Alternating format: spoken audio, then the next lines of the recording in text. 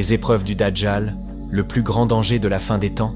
Mes frères et sœurs, avant de regarder la vidéo, je vous demande de la partager avec quelqu'un d'autre. Si une personne regarde cette vidéo grâce à ton partage, tu gagneras une hasana.